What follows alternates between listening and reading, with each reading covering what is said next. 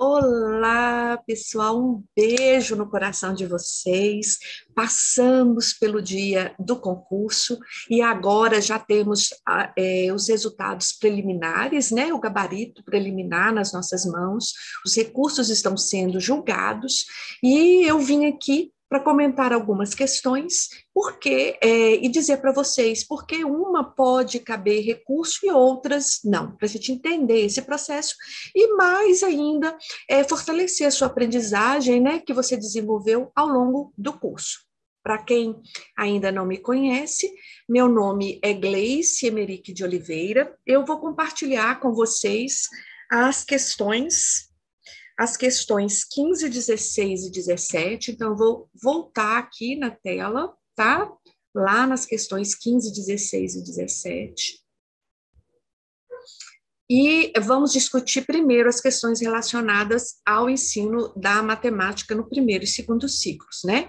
Nós trabalhamos várias obras, né? Inclusive as proposições curriculares de PBH. Então, as questões, elas não trazem novidade, né? Elas estiveram muito casadas com aquilo que nós estudamos na sala de aula durante o concurso. Então, quem esteve atento, quem participou, quem estudou, teve plenas condições para estar realizando um excelente resultado, uma excelente prova. Então, vamos lá na questão 15.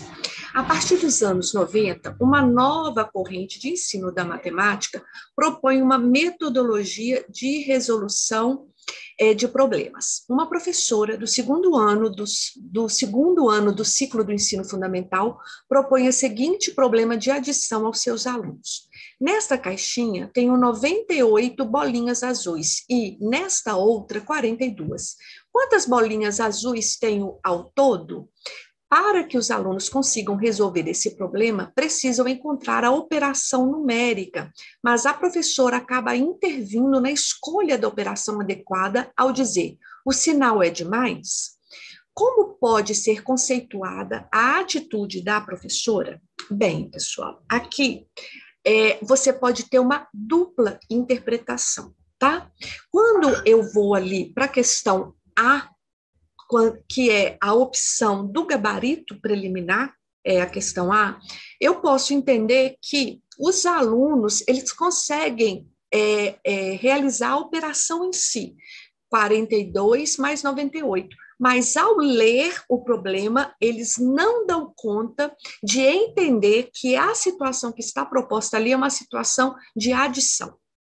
Então, há a possibilidade da banca considerar essa alternativa, mas nós elaboramos um pedido, uma solicitação de mudança de gabarito, porque entendemos que a intervenção da professora, ela auxilia esse aluno no processo de aprendizagem da matemática, que seria a letra C. Né? Então, não há indícios apenas que ela fez isso porque os alunos não souberam responder. Não há nenhum contexto para direcionar esse processo, né? Essa conclusão.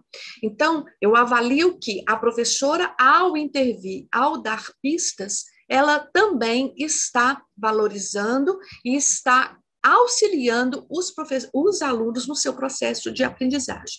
Então, nós disponibilizamos para vocês esse recurso para a mudança do gabarito da letra A para a letra C, tá?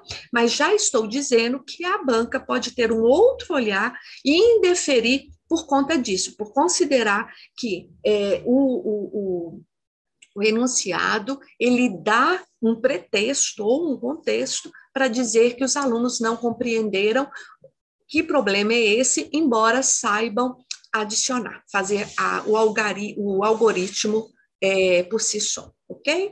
Então, fica aí a dica, né? Nós orientamos vocês, mas só para vocês entenderem qual é a linha de raciocínio que nós estávamos seguindo. A questão 16. No processo de ensino de matemática, o aluno do ensino fundamental precisa desenvolver seu raciocínio, a lógica e a coerência como forma de transcender os aspectos práticos do dia a dia. Por isso, o aluno precisa conseguir resolver situações-problema como uma maneira de validar estratégias e alcançar resultados a partir da utilização de conceitos e procedimentos matemáticos. Então, vamos entender. O estranhamento que nós temos aqui nessa questão é essa utilização do por isso, né? Geralmente, essas questões de asserções, a gente utiliza o porquê, né? Então, aqui utilizou-se o por isso, mas não acredito que seria por conta disso necessário você estar simplesmente ignorando, né, ou excluindo essa questão. Então, vamos aqui, a primeira parte da sessão. No processo de ensino de matemática, o aluno do ensino fundamental precisa desenvolver seu raciocínio, a sua lógica, a sua coerência, como forma de transcender, como forma, gente, de ultrapassar os aspectos práticos do dia a dia. Ou seja, o ensino da matemática, ele precisa ter como ponto de partida o cotidiano do aluno, mas eu não posso me deter apenas a esse cotidiano, eu preciso ampliar as possibilidades e as perspectivas da matemática para esse aluno do ensino fundamental. Então, ela precisa transcender. A matemática, ela não tem um cunho apenas utilitário. Eu vou utilizar, eu vou aprender só porque eu vou utilizar. Não. A matemática, ela está posta no dia a dia, né? E quanto mais nós conseguirmos compreender esses processos, mas nós teremos condições de exigir nossos direitos, de exercer nossa cidadania, tá? Então, ela não pode ficar parada ou se limitar apenas ao cotidiano do aluno. Ela precisa transcender, ela precisa ultrapassar essa perspectiva, ampliar o olhar desse aluno para o futuro. Por isso, o aluno precisa conseguir resolver situações, problemas, como uma maneira de validar estratégias e alcançar resultados a partir da utilização de conceitos e procedimentos matemáticos. Correto. Então, as duas questões são corretas e a segunda é uma justificativa, ela dá continuidade, ela diz o porquê nós precisamos transcender, né, esses aspectos práticos do dia a dia. Talvez você tenha tido dificuldade nessa questão por causa dessa expressão transcender, não é verdade? Talvez você possa ter se embolado um pouquinho aí, mas é justo aquilo que a gente falava muito na sala de aula, que o conhecimento do aluno, a bagagem que ele traz é o ponto de partida e não o ponto de chegada. Portanto, a resposta certa é a letra D de dado, e aí, no meu entendimento, não cabe recurso, tá? A questão 17. As proposições curriculares do ensino fundamental na área de matemática ressaltam a importância de os alunos conseguirem compreender o conteúdo que lhes é ensinado na sala de aula. E quando os alunos apresentam dificuldades para compreender matemática, é necessário que os professores repensem seu fazer pedagógico. Correto. Para mudar essa realidade, o professor pode utilizar o ábaco como um material que visa. Então, nós estudamos o ábaco. O ábaco, ele dá para você trabalhar as ideias de quantidade, dá para você trabalhar o sistema decimal, né, as ordens, as classes, e dá para você trabalhar também a adição, a subtração, a multiplicação e a divisão, tá? Então, o ábaco aqui é colocado como um recurso pedagógico para facilitar a aprendizagem do aluno. Então, para mudar essa realidade, né, o professor pode utilizar o ábaco como material que visa auxiliar os alunos a realizarem operações decimal, posicional, para que eles compreendam os números negativos? Não, até porque esse não é conteúdo lá do primeiro e segundo ciclos, né? Os números negativos ele vai aprender lá nos anos finais do ensino fundamental. B, produzir experiências significativas sobre os conteúdos matemáticos para que os alunos desenvolvam competências e habilidades. O ábaco, por si só, ele não vai produzir essas competências e habilidades. Ele é um dos instrumentos que serão utilizados, é uma das possibilidades para a construção de experiências significativas, tá? A letra C, introduzir aos alunos operações de adição e subtração, auxiliando-os a compreenderem os números inteiros. Sim, lembra que uma das propostas do ábaco é justamente você trabalhar a adição, a subtração, o agrupamento, reagrupamento, a partir ali das ordens, né, que estão colocadas e das classes que são colocadas para os alunos. D, compreender o problema matemático para que os alunos saibam utilizar os números inteiros. Não é essa a ideia que nós temos no uso do ábaco, não é a compreensão dos números inteiros, no sentido de compreender o problema matemático, né? O problema matemático eu posso utilizar outros recursos, inclusive o ábaco. Então, vamos lá. No gabarito oficial, a letra correta é a letra C, né? Ou seja, o ábaco utilizado para operações de adição e subtração. Mas eu acredito que o ábaco, ele também produz experiências significativas sobre os conteúdos matemáticos.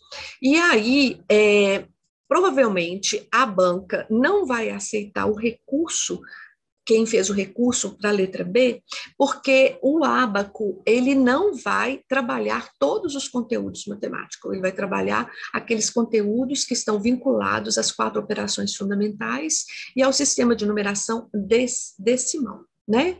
E aos números inteiros também, que o ábaco vai trazer toda essa experiência, né? Então, a transformação, né? Aliás, eu tenho um bojo, né, de possibilidades do trabalho com o ábaco. Então, eu acredito que quem entrou com o recurso na letra B, a banca pode ter essa compreensão de que o ábaco ele é uma experiência significativa e que ajuda o aluno a desenvolver competências e habilidades, embora ele sozinho não seja responsável por essas competências. E a letra C, o ábaco, ele cabe nessa proposta da adição e da subtração, auxiliando a compreenderem os números inteiros, tá? E a letra D, o ábaco, ele não é um instrumento que a gente utiliza muito na realização de um problema matemático. Então, eu vou usar muito desenho, outros tipos de representação, tampinhas, né? O ábaco é menos utilizado. Pode ser utilizado? Pode, mas não é o mais utilizado. Então, fica aí, né, o gabarito correto, né, ou preliminar do concurso é a letra C, mas eu acredito que a letra B também nos sugere para nós sobre a importância das experiências diversificadas e o ábaco seria uma dessas experiências. Agora nós vamos para a questão 32. Vamos lá para a questão 32. Vou puxar aqui rapidinho para a gente ir. 32. Alguns estudantes têm chegado às escolas com acesso à informação devido às tecnologias que encontram em suas residências e muitas vezes sentem-se desestimulados em sala de aula. Por isso, a escola precisa repensar o ensino e a possibilidade de empregar a cultura escrita digital na sala de aula ou como sala de aula. Sobre os dois excertos, é correto afirmar que. Então, vamos ver aqui o gabarito oficial é a letra D. Então, a letra D, as duas afirmativas são verdadeiras. Então, a princípio, sim. Alguns alunos têm chegado, eles ficam desestimulados porque eles têm acesso a um tipo de tecnologia que, às vezes, a gente não tem em sala de aula. Então, isso acaba desestimulando esses alunos.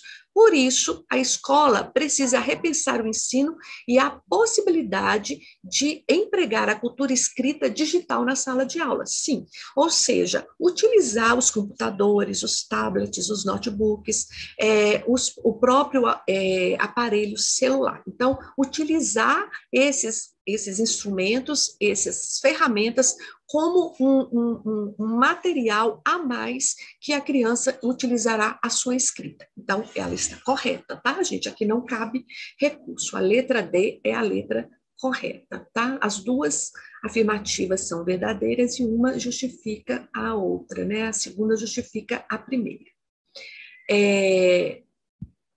A34. Agora, vamos lá. Vamos lá? A cultura escrita digital tem sido cada vez mais constante no nosso cotidiano. A partir dela, docentes têm proposto atividades pedagógicas que consideram os efeitos dos suportes digitais, gêneros textuais, linguagens e recursos multimodais. Dessa maneira, qual é a contribuição da cultura digital para as crianças que ingressam no ciclo de alfabetização? A. Desenvolve os aspectos culturais da região em que a criança reside. B. Repercute na representação social sobre a forma de escrita materna. C. Conduz a criança à compreensão do sistema de escrita alfabética. D. Promove o suporte isolado que contextualiza o papel da leitura. Se vocês lembrarem sobre a Coscarelli, vocês lembram quando ela diz que nós temos dois processos distintos. Nós temos um processo que, tanto utilizando o recurso digital ou não, nós vamos passar por ele, né? Que é a questão da relação grafema-som, a questão do som da palavra, da escrita da letra, a forma como se escreve essa letra. Então, a forma como você apreende, como você constrói o seu processo de alfabetização, como você compreende aquilo que está escrito, que está no registro, corresponde àquilo que a gente fala. Então, esse processo, ele tem algo em comum. Tá? Então, a letra D vai ser a letra D, tanto na escrita quanto na letra no digital. O alfabeto vai ser o mesmo, os sinais serão os mesmos, né? O mundo digital, ele traz para mim possibilidades maiores de textos multimodais, ou seja, eu posso utilizar som, eu posso utilizar signos, eu posso utilizar slogans, eu posso utilizar hipertextos, hiperlinks, então isso tudo me dá novas possibilidades. Mas a ideia de utilizar a tecnologia, né, as TICs, na alfabetização é para que ela possa promover ou possa ajudar a compreensão da escrita alfabética, ou seja, a criança escrevendo tanto no caderno quanto no digital, né, no ambiente digital, ela tem que ter um nível de escrita, ela tem que ser utilizado para ajudá-la a ter essa escrita competente, independente se é no material escrito ou no digital, tá bom, gente? Então, aqui, não é para desenvolver a cultura da região local. Lembre que a ideia é o ciclo de alfabetização. O objetivo principal do ciclo da alfabetização é a aquisição da leitura e da escrita. Portanto, a letra C, tá? Eu não posso ter um trabalho de alfabetização diferente no mundo digital e outro na escrita. Eu preciso que esses dois mundos, eles se correspondam, que eles se encontrem em algum momento, ok? Espero estar sendo clara para vocês. Vamos à questão 35. Sobre a cultura escrita digital, analise as assertivas e assinale a alternativa que aponta as corretas. 1. O uso do computador como suporte de leitura e escrita digital perpassa pelo gesto de escrever. Aí, gente, eu acho que a questão ela está mal elaborada. Esse item ficou mal elaborado. Porque gesto é o movimento de escrever. O movimento que eu utilizo no digital, né, no touch, ou mesmo no teclado, é diferente do gesto que eu utilizo na escrita no caderno. tá? Então, eu acredito que essa expressão gesto, ela acabou por comprometer esse item 1. Vamos ler novamente. O uso do computador como suporte de leitura e escrita digital perpassa pelo gesto de escrever. Ou, se fosse perpassa pela escrita alfabética ou pela compreensão da escrita, estaria correto. Mas gesto quer dizer movimento. Então, eu entendo, a princípio, de que essa questão, esse item está mal formulado. Vamos ao 2. Utilizar recursos digitais no processo de alfabetização e letramento pode impactar na multimodalidade do desenvolvimento do letramento das crianças. Aí, A2, a utilização de recursos digitais vai, de fato, impactar no desenvolvimento de forma positiva, tá? Por quê? Porque eu posso utilizar-me de vários recursos ali naquele ambiente digital, tá? 3. A variação digital é considerada um trabalho semiótico intersocial. Olha, gente, o que é semiótico? São sentidos, tá? Então, intersocial não existe. Os sentidos, eles são construídos na sociedade, no uso social da escrita, no uso social, né, da leitura, da compreensão desses contextos. Então, esse intersocial é como se tivesse uma intercultura, uma cultura sobre outra abaixo, então ela está incorreta, tá bom? 4. O uso de diversos modos de representação pode desarticular a construção do sentido do que é um texto para criança. Não, a gente, nessa opção aqui, nós podemos pensar de duas formas.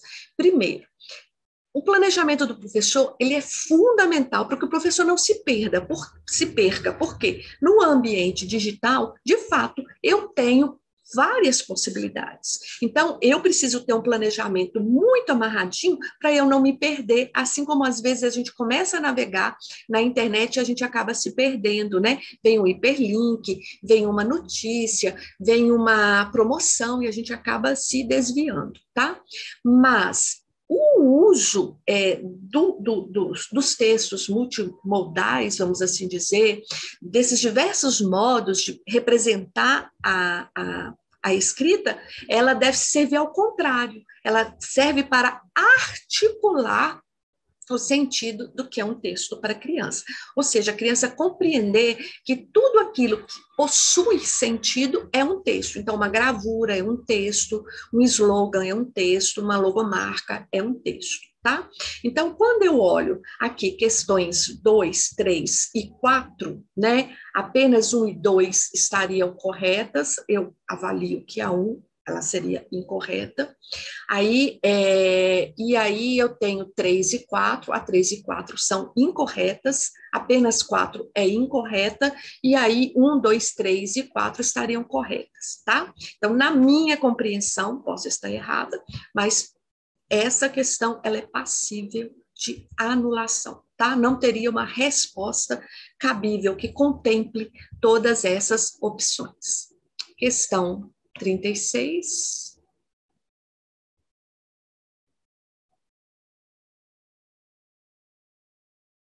36 não, 37, tá? O conceito de avaliação centra-se na compreensão do estágio de aprendizagem que se encontra o educando. Assim, a função da avaliação é, olha só, a questão, o enunciado está muito claro. Ó, a avaliação, eu preciso entender em qual estágio está o desenvolvimento do meu aluno, tá? Assim, a função da avaliação, ou considerando essa premissa, a função da avaliação é A, medir as habilidades e aptidões dos educandos? Não, porque não é essa a proposta de PBH.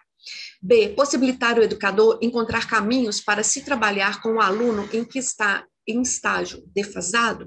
Sim, ou seja, à medida que eu vou localizando onde está o meu aluno no processo de aprendizagem, eu consigo intervir naquele aluno que ficou um pouco para trás. Eu também avalio que essa opção ela poderia ser melhor construída, né? Que essa questão de deixar de trabalhar apenas com o aluno que está em estágio defasado é uma proposta que a gente tem tentado ultrapassar. Né? Por quê? Porque a gente precisa enfatizar o aluno que tem uma defasagem de aprendizagem, mas nós não podemos também ignorar aquele aluno que ele aprende muito rapidamente, né? Então, eu preciso, a equidade é garantir aprendizagens para esses dois grupos de alunos. Então, eu acredito que, embora seja a letra B, a articulação, a resposta em si, ela não ficou muito boa por causa dessa ênfase no defasado, né? Desenvolver testes padronizados para aplicar métodos pedagógicos adaptados, não, né? A gente não tem uma proposta de testes padronizados e de verificar o desempenho dos alunos por meio de provas escritas ou orais. Na verdade, o desempenho do aluno, na perspectiva da PBH, ela é organizada, ela é avaliada ao longo de todo o seu processo. Então, todos os exercícios, tudo aquilo que é desenvolvido em sala de aula é considerado como processo avaliativo e não apenas as provas orais e escritas, tá? Então, a resposta B, praticamente ela aparece mais por exclusão do que, de fato, a gente concorda que seria para trabalhar apenas com os alunos que estão em estágio de defasagem, né? Na verdade, a resposta poderia ter ficado assim: possibilitar ao educador encontrar caminhos para trabalhar com os alunos no estágio em que cada um se encontra. Não é? Ficaria mais pertinente com a proposta da PBH. Dito isso, eu quero, assim, espero ter contribuído com vocês nesse processo de aprendizagem, de compreensão, né, sobre essas questões e espero encontrar você rapidamente na Prefeitura de PBH, com o seu cargo efetivo e a gente vai conversar, a gente vai festejar esse momento tão esperado. Um beijo no seu coração, fiquem com Deus e até a próxima. Ei, pessoal, tudo bem com vocês? Espero que tenham saído muito bem na prova. Hoje nós vamos vou fazer comentário, na verdade, de duas questões apenas da prova de primeiro e segundo ciclo. As demais questões, as minhas colegas, né, Adriana, Gleice e Consuelo, farão também. Então, nessa divisão, eu fiquei com as últimas questões, que é a questão 37 e 38, que são questões basicamente de documentos muito diferentes, né, que foi trabalhado muito dentro da metodologia. Então, essa é a prova, né? Então, uma prova que não nos surpreendeu em termos de conteúdo. A OCP sempre trabalha muito dentro da perspectiva do edital, porém, teve algumas questões mal elaboradas, com uma confusão, e uma delas foi justamente a questão 38, né, e 37, que houve algum probleminha aí conceitual e que, portanto, a gente até aconselhou que vocês fizessem recurso, né, nesse sentido. Então, nós vamos discutir a questão 37 primeiro, tá? Então, a questão 37, ela é uma questão bem processual em termos, e aparece dentro de alguns documentos, então era uma questão que a gente não tinha muita dúvida, uma questão bem assertiva até, né? Então, de nível fácil, considerando o processo mesmo, tá? Então, a questão 37, né, fala da avaliação dentro da perspectiva da compreensão da aprendizagem, assim a função da avaliação então, tinha vários documentos no edital que falava disso, né? Um dos documentos dentro da perspectiva de Belo Horizonte foi justamente o documento que tratava da avaliação dentro da perspectiva lá da educação infantil, mas que estava para todo mundo, porque ela tinha uma introdução que falava bem dessa função, né? Então, a função da avaliação na perspectiva da compreensão do aprendizado, né, é medir as habilidades e aptidão dos educandos. Por mais que a gente ache que a avaliação vai medir, porque vai mensurar e eu vou classificar, não é uma resposta adequada na perspectiva centrada na aprendizagem. Então, portanto, letra A não era. B, possibilitar ao educador encontrar caminhos para se trabalhar com o aluno que está em estágio defasado. Então, essa é uma questão que a gente colocava, que não é só para o aluno que está em estágio defasado, portanto, a letra B, respondendo de primeira, teria que ficar em aberto, porque encontrar o caminho para todos, não para apenas um único aluno, mas ficou em aberto a letra B. A letra C, desenvolver teste padronizado para aplicar métodos pedagógicos adaptados, nem pensar. Então, desenvolver testes, sim, mas não padronizado para aplicação de métodos, em hipótese nenhuma, a avaliação ela deve servir para a gente padronizar ou para criar um único parâmetro, né? Pelo contrário, a avaliação na perspectiva formativa que está posta nos documentos, principalmente nos que foram sugeridos no edital, ela é muito mais do que para criar teste padronizado. Então, a C, a gente tinha certeza que estava errado. Verificar o desempenho dos alunos por meio de provas escritas ou orais. Então, verificar o desempenho dos alunos está correto, mas não apenas por meio de provas escritas ou orais. O documento mesmo de Belo Horizonte, que falava da avaliação, ele falava de uma forma muito geral de diferentes instrumentos que a gente pode usar para avaliar. Então, a letra D está incorreta quando ele estipula, né, faz uma especificidade, né? Ele especifica exatamente apenas 2 modelos e não são só 2 modelos, tá? Então, neste contexto, a letra B é o que mais aproxima da resposta certa, porém tem ressalvas, né? Porque não é só para o que está em estágio defasado, é para todos. Então, para que o educador encontre caminhos para todos, para aqueles que estão caminhando e para aqueles que, por algum motivo, não têm tanta facilidade, portanto, não apresentam, tem esse problema do acompanhamento. Então, mas dentro do contexto da OCP, a gente sabe que ela sempre faz esse jogo de palavras e, portanto, é a letra B, o gabarito é a letra B. É uma questão que, mesmo que a gente tenha feito recurso por conta disso, provavelmente não será anulada, porque, no contexto geral, o ponto central ali, que é possibilitar encontrar caminhos, né, planejar e reconstruir a sua prática, tá? Então, a 37 é isso. Agora, a 38 é uma questão da metodologia de mediação dialética, uma questão que a gente fez recurso, ela está conceitualmente equivocada, e principalmente quando fala da organização do trabalho com alfabetização e letramento dentro da perspectiva de sala de aula, né? Dentro da organização da sala de aula, dentro desse trabalho. Então, a gente sabe que, historicamente, então, se tivesse a palavra historicamente ali no enunciado, a gente poderia, sim, dizer que ela teve uma evolução histórica, mas não aparece isso, aparece como se, hoje, na sala de aula, dentro da perspectiva, quais são os níveis, né? Quais são os níveis que a gente vai apresentar ou que a Maria Arnone vai citar como uma perspectiva de etapas, de fases, né? Então, o enunciado foi muito mal construído, desconsiderou o texto da Maria Esther Arnone e, portanto, ela tem um problema, pode ser não cancelada, vamos ver que justificativa a pessoa que escreveu a questão vai apontar, mas é uma questão que tem um problema conceitual, principalmente dentro da perspectiva da metodologia da mediação dialética, né? Então, a questão diz, pressupostos teóricos da metodologia de mediação dialética envolve a organização do trabalho com alfabetização e letramento. E é outra questão, né? A metodologia da mediação dialética, ela não foi pensada na base da alfabetização e letramento.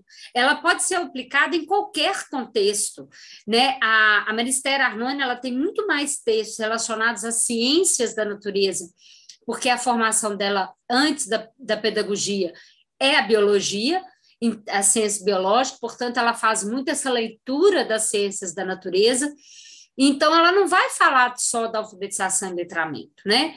E que estão estabelecidas em 3 níveis. Quais são eles? Então, o que a Arnone vai dizer é que dentro de uma aula, com toda a diversidade dinâmica da aula, nós precisamos ter 3 etapas: a do planejamento, o do desenvolvimento da aula e da avaliação.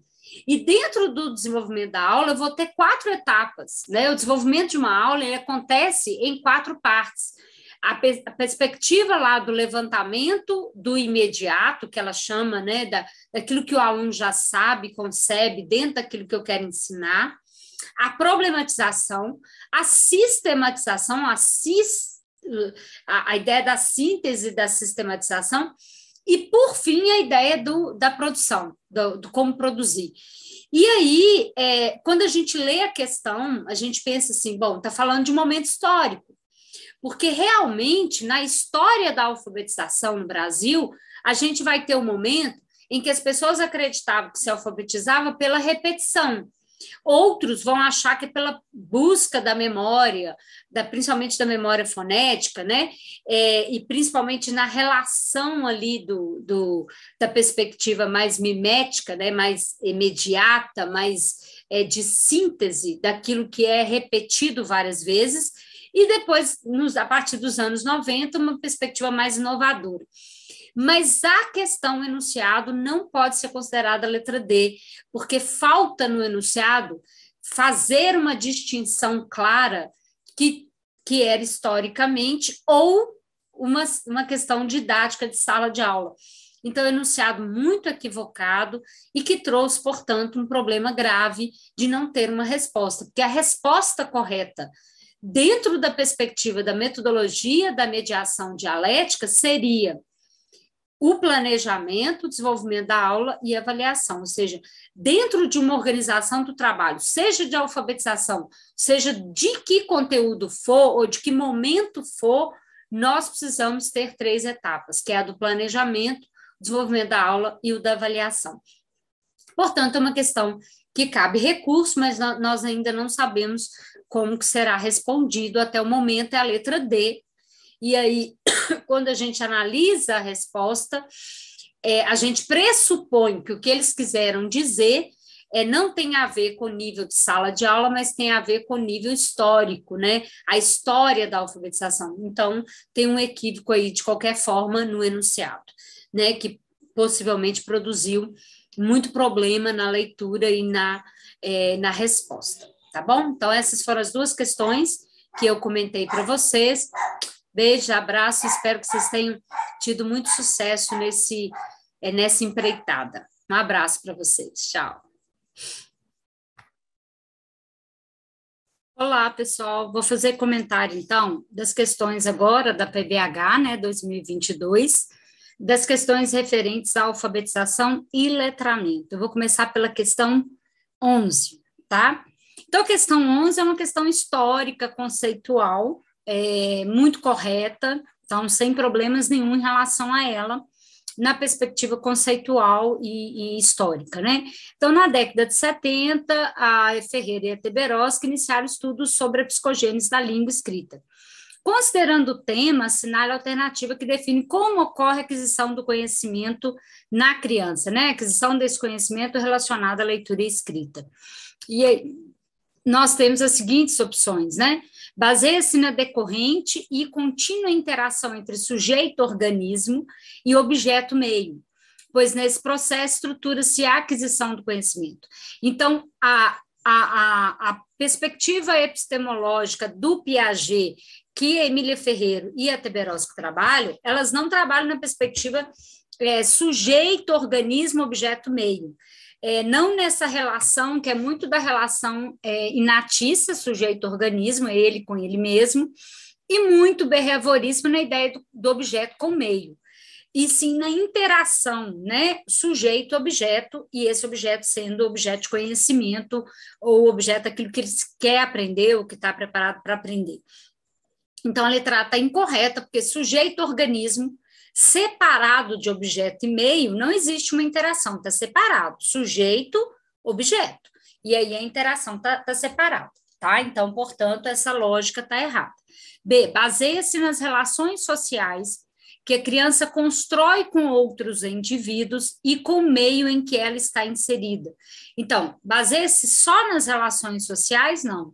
Na perspectiva de Piaget, que é a perspectiva que Emília Ferreira e Ana Teberoski trabalham, é na perspectiva em que as relações sociais são importantes, mas o biológico do sujeito também é importante. Então, existe uma interação que não está presente ali nessa relação, que essa letra B, ela lembra muito a gente a ideia da Montessori de que a criança estar no meio e a criança se relacionar com esse meio é suficiente, e a gente percebe que não é, tá? C, baseia-se na atividade da criança em interação com o objeto de conhecimento e antes de ingressar na escola, ela já tem ideias e hipóteses sobre o código escrito. Ali a palavra código é algo hoje extremamente incorreto, inadequado, né? Nem vou dizer incorreto e inadequado, porque a gente sabe que a escrita não é código, né? A escrita é um sistema de uma representação e, portanto, não traz o códigos e símbolos e signos de forma geral. Mas ali no contexto está certo, então a palavra não causa nenhum prejuízo de entendimento, portanto, está correta a questão. Não é a letra D, né, que baseia-se na aquisição de novos comportamentos e antes mesmo da criança ingressar na escola, ela já conhece. Então, por que a letra D não é? Porque não é comportamental, não é só a interação com o meio e puramente uma relação comportamental. É muito mais do que isso, né? É a minha atividade humana na interação com as minhas experiências, na interação com o outro e com o meu biológico, com a minha capacidade biológica, interagindo e formulando hipóteses e ideias a respeito da leitura e da escrita, tá? Então, a letra C, correta, é uma questão que não teve menor problema. Na 12, né, que eu também vou comentar, que é uma questão também de leitura escrita, então tá lá, quando analisamos a literatura sobre a psicogênese, encontramos perspectivas que visam difundir uma metodologia como forma de solucionar problemas e outra que visa estabelecer as aptidões necessárias para a maturidade da lectoescrita, ou seja, da leitura e da escrita. Com esse direcionamento, assinale a alternativa que demonstra o caminho que a criança percorre em seu processo evolutivo da escrita. Então, assim, uma pergunta super fácil, né? A 12ª, ela é uma pergunta de nível fácil. Então, qualquer um que tenha lido, nem que seja superficialmente, o texto da Emília Ferreira, o texto sugerido, né? Vai saber que é pré-silábico, silábico, silábico, alfabético e alfabético. Então, uma questão muito fácil, que não deixou a menor dúvida disso. Agora, considerando a psicogênese, então isso está explícito no enunciado, portanto, não faz sentido nenhuma outra opção, tá? Então, uma questão muito fácil, espero que todo mundo tenha acertado essa questão, porque ela não resta a menor dúvida, porque o enunciado foi muito bem datado e especificado nesse sentido, né? A 13ª, então, já é uma questão que exigiu um pouco mais de reflexão no contexto apresentado, né? No contexto dessa relação apresentada. Então, a questão dizia assim, uma criança do primeiro ciclo do ensino fundamental, em uma atividade proposta por sua professora, apresenta traços típicos, como linhas e formas semelhantes a M's, em letra cursiva. Não era possível distinguir escrita de desenho. Havia uma variedade de caracteres e quantidade era constante. Para entender o que estava escrito, a professora precisou interpelar a criança, já que apenas quem escreveu sabia o que significava. A partir do relato feito, assinale a alternativa que corresponde ao nível de evolução da escrita dessa criança. Então, quando ela fala traços típicos, né, então a gente vai lembrar muito das garatujas, que são traços que a criança está imitando uma escrita, ela imita uma letra, porque ela sabe que não é desenho que usa, são letras, mas ela também não sabe identificar as letras, ela, na verdade, ela começa a distinguir que não são desenhos, que são algo muito específico, e aí ela mistura número, bolinha, círculo, e elas têm uma tendência a fazer esse movimento, que é um movimento parecido com o M, né?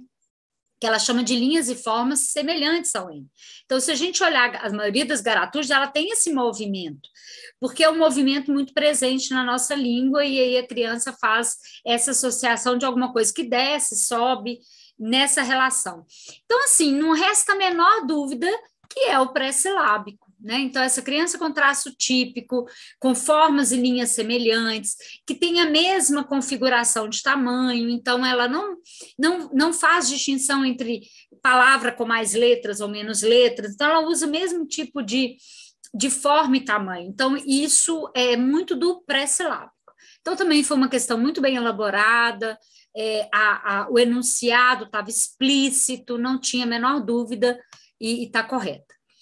A 14ª é uma questão, deixa eu ver se assinar, acho que foi uma que a gente fez uma revisão dela, né? Que ela traz aí algumas questões para a OCP, é a letra B, que é a 1 e a 2, a 1 e a 2 que está correta. E vamos lá, qual que foi a dúvida que gerou dessa 14ª aí, né? O paradigma psicogenético de construção da escrita tem proporcionado que professores desenvolvam o trabalho de alfabetização e letramento. A respeito da perspectiva psicogenética no trabalho com psicogênese da escrita, assinale assertivas, né, desculpa, e assinale a alternativa que aponta correta em relação à psicogênese, né? A criança atribui valor sonoro às sílabas das palavras que registra? Então, na perspectiva da psicogenética, sim, ela atribui valor. Ora ela atribui valor mais às vogais, ora às consoantes, então ela atribui valor às palavras que registra, principalmente no silábico, quando ela acredita, né, ela tem a hipótese de que para cada vez que eu abro a boca eu uso uma letra, e aí ela atribui o valor que fica mais preponderante ali, né, o que prevalece mais. Então, a 1 está correta, não tem a menor dúvida. A criança faz uma análise de fonema a fonema, então ela estrutura o pensamento um a um, de fonema a fonema, letra a letra, ela tem essa percepção, só para enquadrar aqui, ela tem uma percepção de que palavra, letra, ela faz uma associação muito ligada ao som. Então, o primeiro elemento que ela usa como suporte, quando ela começa a entender que não é qualquer letra, não é de qualquer jeito, o primeiro suporte dela é fonêmico, né? O primeiro suporte dela é fazer essa relação entre o que eu falo e o que eu escrevo. E ela faz muito essa relação vendo a professora fazer isso, vendo um coleguinha que tem uma experiência já mais avançada com a alfabetização fazendo isso. Então, ela faz sim uma análise fonema a fonema. A criança faz um agravo do processo alfabético, e aí muita gente contestou essa frase, né? O que é fazer um agravo, né? Ela chama a atenção do processo alfabético. Então, por que a OCP considerou essa como errada? Porque, na verdade, quando ela chega no processo alfabético, ela já entendeu como é que funciona. Então, esse agravo, ou seja, esse questionamento, esse apontamento, ela faz antes do alfabético. Porque quando ela chega no processo alfabético, ou seja, quando ela entende como é que se escreve, como é que lê, ela já passou por várias hipóteses. Então, ela já fez, vamos dizer assim, diversas divergências, diversos conflitos cognitivos. Então, a 3 está incorreta por causa disso, tá? A criança elabora palavras que são utilizadas variavelmente. Então, essa também foi outro ponto que a gente colocou como complexo de se pensar, né? Porque ela elabora palavras, sim. Ela elabora palavras, só que não são palavras variáveis. Ela vai aprendendo que existe uma variação fixa. Eu vou escrever casa sempre usando C-A-S-A. Porque se não for assim, não forma casa, forma outra coisa. Então, ela vai elaborar palavras que vão ser utilizadas de forma variáveis, mas que possuem uma ordenação única, senão forma outra palavra. Então, por exemplo, dar a atividade, que é muito importante para elas perceberem que eu não posso mudar a ordem das palavras, que muda o sentido da palavra, né? Então, por exemplo, você tem o nome Raul. Eu gosto muito de usar esse exemplo. Então, você tem o nome Raul. Se eu mudar a ordem das palavras, vai formar a palavra luar, que é outra palavra. Então, eu tiro o R do primeiro e põe no último, tiro o A do segundo e põe no terceiro, e assim vice-versa, vai formar a palavra luar. Põe o L, que estava o último, e põe o primeiro. Então, eu faço essa inversão com o nome Raul, eu vou ter outro nome. Né? Não vai acontecer com a palavra Ana. Ana, tanto início e meio é a mesma configuração, né? Então não muda. Agora, se eu coloco o N na frente, fica na A, né? O N com a na A. Então, ela vai sofrer uma variação importante. Se eu sofrer uma variação, vai mudar também de sentido, vai formar nova palavra, né? Então, por exemplo, pato, se eu tiro a letra P, eu tenho ato. Agora, se eu inverto a ordem das letras, eu vou formar nova palavra. Então, ela elabora palavras que não são utilizadas variavelmente, elas são usadas com uma variação. Mas ficou muito complexa essa frase, altamente questionável de fato, né? A criança está em conflito permanente com a linguagem escrita? Essa eu considerei como exata e não como errada. A criança está em permanente conflito com a linguagem escrita, senão ela não avança nas hipóteses. Então, uma questão que a gente pediu anulação, não a gente, né, mas que a gente orientou que vocês fizessem um recurso para anulá-la, porque, de fato, gente, a criança o tempo todo está em permanente conflito com a linguagem escrita, e isso faz com que ela avance.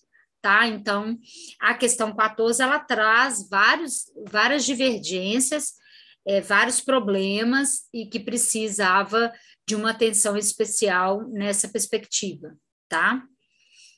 Vamos, então, para a 10ª, e a gente espera que a OCP, ao responder, consiga nos explicar qual é a lógica dela. Se não conseguir, tem que anular a questão, né, ou mudar o gabarito, né? Neste caso. Aí vamos agora para outra questão que está discutindo a alfabetização, que é a questão 18. Então, a 18ª questão também discute, né, a questão do letramento, a questão da alfabetização. Então, ela diz assim: vivemos em uma sociedade letrada que apresenta inúmeras possibilidades de exercitar o corpo-linguagem, por meio do uso das palavras. Essa primazia ocorre via escrita, já que é por meio dela que armazenamos nossos saberes, organizamos a sociedade e até mesmo nos libertamos dos limites que aí tá errado, né, gente, que não são impostos, tá? Uma coerência completamente equivocada aí na questão da língua portuguesa, né? Assim é correto afirmar que o letramento literário. Bom, aí o enunciado tem problemas, tá? É uma questão também que tem alguns problemas. Ela não está numa resposta errada, mas é um enunciado muito mal preparado. Quando eles falam, né, ocorre via escrita, já que é por meio dela que armazenamos nossos saberes. A gente não armazena só nossos saberes pela escrita. Se a gente pegar as culturas antigas, a gente vai ter impressões de desenho, né, o próprio desenho das cavernas, né? Eu esqueci o nome agora, desculpa. Aqueles grafismos, né, que os antropólogos fazem um estudo, que contam histórias, que registram, né? Então, não é só a escrita, só se ela for considerada uma escrita mais ampla, mas aí teria que ser, além da escrita formal, outros modos de interpretar. Então, o enunciado ele não foi bem escrito, ele ficou muito ali no contexto da discussão, tá? Mas ali o que está buscando é o que é o letramento literário. Então, eu acho que poderia ter cancelado tudo acima e ter dito, na perspectiva dos estudos sobre letramento no Brasil, o que seria, o que conceituaria letramento literário, não precisaria fazer esse enunciado que a gente chama de pré-enunciado, já que ele tem problemas, né? Ocupa lugar central no desenvolvimento potencial do fazer humano? O letramento literário ele é fundamental, mas ele não ocupa um lugar central, né? Tanto é que a gente se desenvolve apesar de não saber ler. Então, as pessoas se desenvolvem, têm múltiplos conhecimentos, então ele não é central. Tem a palavra em sua constituição material e a escrita é seu veículo predominante. Aí, o letramento literário, de fato, a palavra, na perspectiva do letramento literário, tem um valor e a escrita aí, aqui foi mais correto do que o enunciado, né? A escrita é predominante, mas eu tenho o letramento literário de livros que não tem escrita, que são desenhos, né? Então, eu tenho aqueles textos midiáticos que são leitura e que são literatura, né? Eu tenho os poemas concretos, eu tenho aqueles livros que a gente fala que é livro visual, né? Que é o livro por imagem, que não tem escrita. Então, aqui foi correto, a escrita é seu veículo predominante, mas não é o único, tá? Diferente lá do que ela colocou no enunciado. Eu estou falando ela, mas eu não sei nem quem fez a questão, tá? Estou falando a OCP. Se modifica, se divide e se multiplica segundo as necessidades dos aprendizes. Ela se modifica, ela se divide, ela se modifica, se multiplica, mas não segundo as necessidades dos aprendizes, mas tem todo o movimento literário que é próprio, do próprio movimento literário. É feito das palavras com que nos exercitamos cotidianamente. Então, o letramento literário, crônica, o literário de ordem, por exemplo, que tem a ver com textos mais do cotidiano, sim, mas não necessariamente do nosso cotidiano, né? Mas é sempre de alguém que escreve. Então, na perspectiva da literatura. Então, a resposta está correta, né? Então, eu acho que o problema dessa questão foi o enunciado confuso, foi o enunciado mal escrito, mas, portanto, que eu acho que só se colocasse o enunciado lá, de acordo com os estudos atuais sobre multiletramento ou letramento literário, é correto afirmar que, e aí fizesse ela de uma forma mais direta, porque não ia fazer muita diferença, né? Já que o pré-enunciado não traz reflexão nenhuma. A 19ª é uma questão também que ficou estranha, mas está correta, no ponto de vista do ponto de vista elementar da questão, da estrutura da questão. Então, compreendemos que o uso da literatura no âmbito escolar serve tanto para ensinar os alunos a ler e escrever, quanto para formar culturalmente o indivíduo. Né? A gente tem usado muito a literatura nas sequências didáticas como um ponto de apoio na relação. Assim, qual é a função da literatura no ensino fundamental? Aprender o uso irrestrito de língua estrangeira, nada a ver. Integrar o estudante a uma disciplina à parte da língua portuguesa, nada a ver. Isso lá nos anos 1970 era assim, né? Que tinha a disciplina chamada literatura. Então, ela era um apêndice do currículo, né? Então, hoje a literatura tem que estar presente em todos os componentes curriculares, ela tem que dialogar com todos os componentes curriculares. Sustentar a formação do leitor. É uma coisa que a gente discutiu, né? Poderia ter colocado tanta coisa bonita, né, para a função da literatura, e aí me coloca isso, sustentar a formação do leitor, né? Ou seja, é só para sustentar o leitor, né? Então, a fruição, o desejo pelo conhecimento, a questão do repertório, de capital linguístico, nada disso, eles podiam ter colocado tudo isso.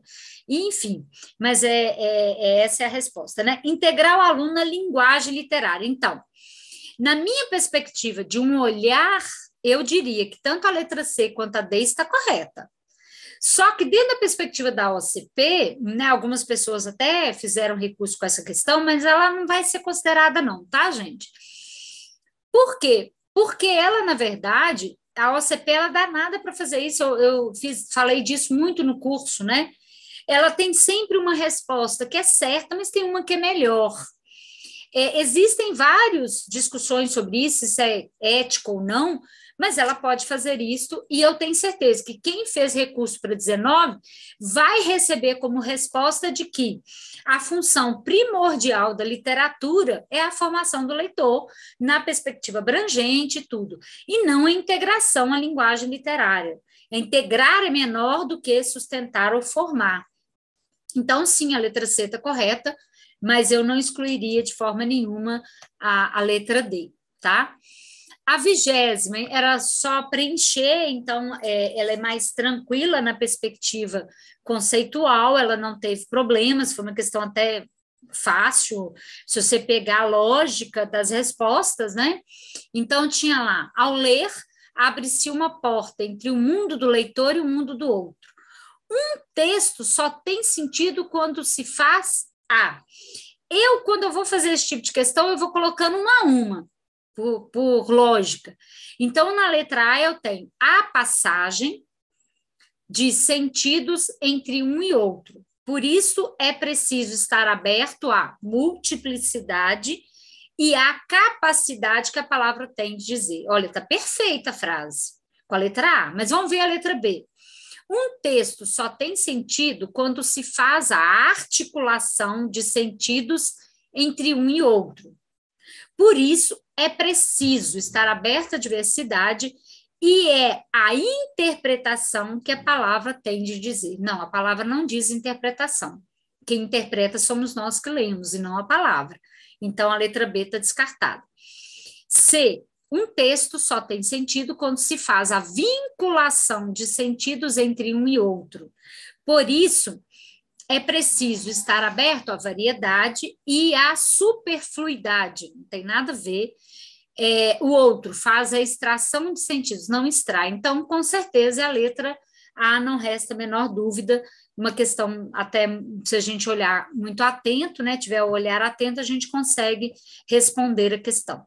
A 21ª, então, para trabalharmos com letramento literário em sala de aula, é necessário compreender esse momento como um fenômeno cognitivo e social. Assim, quais são os 3 modos que guiam o letramento literário? Então, o letramento literário apareceu muito nessa prova, né?